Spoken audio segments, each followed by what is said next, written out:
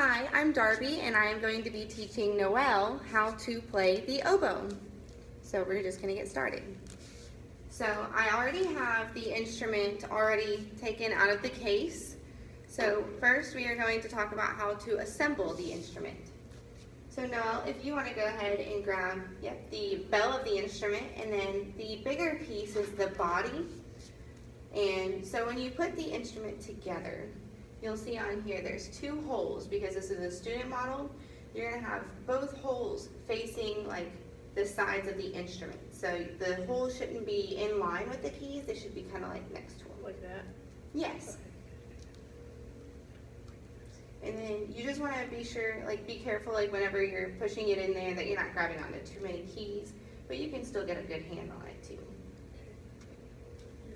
And then after you get the body of the instrument, this is the more important part. You're going to grab the, I guess like the neck of the instrument, and you're going to line it up with these little like claw-like things here, and then you're not going to want to touch any of these keys because some of them will open up / move. Yep. And then you just kind of like move it around a little bit, and as long as they're covered up, that should be good. So also while you're doing, the preparation of putting the instrument together, you can also be soaking your reeds with this, which is what we have right here. Soaking your reeds while you put the instrument together just for a few minutes will help like make the reed a little bit easier to respond. Usually like dry reeds will be a lot harder to play on, and you won't have the response to them that you would like to have. So with our reeds, we are going to first, before we do anything, make a crow on them. So how you make a crow, first off, we're going to blow out the end of it. Just blow out some of the water. If you want, you can put the instrument on the stand.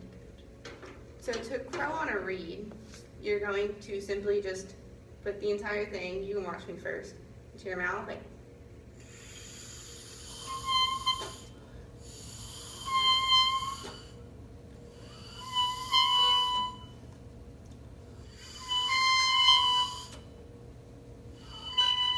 Alright, so then we're going to kind of like use our lips a little bit. We're going to talk about a little bit of embouchure placement. So you have your top teeth and your lower teeth, and you're going to simply just kind of like roll your lips over your teeth just a little bit. And sometimes you can roll them over more. I find some students may like to have more of their lip. So some kids will play. Yes, you are now making a sound on the reed. You are one step closer to making a sound on the oboe. So next, we are going to connect the reed to the instrument. And when you're doing this, you basically want to make sure that the flat side, so when you put it in your mouth, it's just going to like, To the left side? yeah. So that goes towards me. There's no wrong way, like if it's like one side or the other, they're both the same side. It's just, you want to make sure that the reed, now you have the reed on here, so when you play it, you're going to have like it going sideways. So we're going to like take it and make it to where it, like the flat side lines up. This is like the octave key. Okay. Yeah. So we're going to just simply line it up right there, and then so whenever you are playing with the oboe, you're going to have your right thumb is going to go underneath the little seat saddle, and then your right hand pointer finger is going to go over this key. Next finger is going to go over that one. No, next finger. Yeah. And then whenever you press that key, you notice there is a hole on there. So whenever you press it, you're just going to want to make sure that you have the hole covered as well. And then your third finger is going to go on the third key down. Yeah. And so you're going to want to just have like a nice like round. Yeah. And then your pinky is just going to rest on there. And that is just like basic hand placement. In your left hand now, you're just going to rest your thumb right there. And you don't have to necessarily hold down the octave key, but you just kind of rest your thumb there, and then your pointer finger is going to go right there. Second finger, And then your third finger is going to reach down there. And then you can rest your pinky again on these keys. Okay. And that is kind of the hand placement of the oboe. And you see these keys also have holes on them, so you're going to want to make sure that you're getting those holes closed up, or else you're going to have some airier notes, and some notes may not come out. So next we're going to talk about how to place the instrument like when you were sitting. So you're going to want to sit with your feet flat on the ground, kind of like, you don't want to be slumped back in your chair, but like sitting up. And then with the oboe, you're going to have it out and about, like so, kind of, you know, you don't want it like straight down, but you're going to kind of like bring it out at a comfortable range. And then if you want to go ahead and just put the reed in your mouth, and like, that is pretty good right there. So if you want to try and make a sound on it now, kind of like when we were crowing on the reed.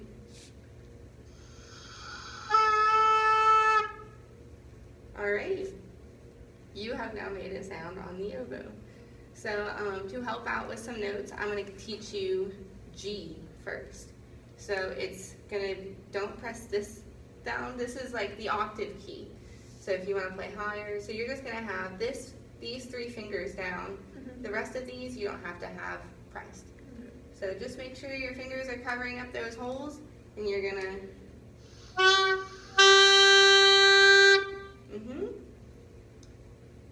And so we're going to learn A next. So that is G. A is just taking out the 3rd finger and play. You can go ahead and try and play that note. Now on this finger you want to make sure that you're not pressing down this key. It's another octave key.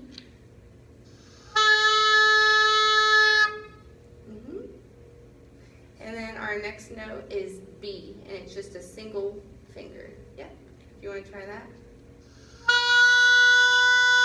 Alright, and C is a little bit different. So you're going to have this finger and your bottom finger right here. It's going to be this one. So this one's going to be pressed down. Yep. Like that?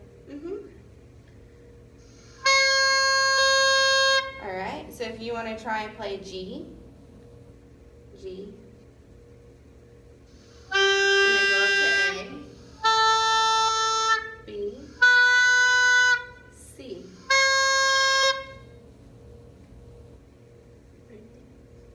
And now you have successfully learned how to start the oboe. Thank you so much.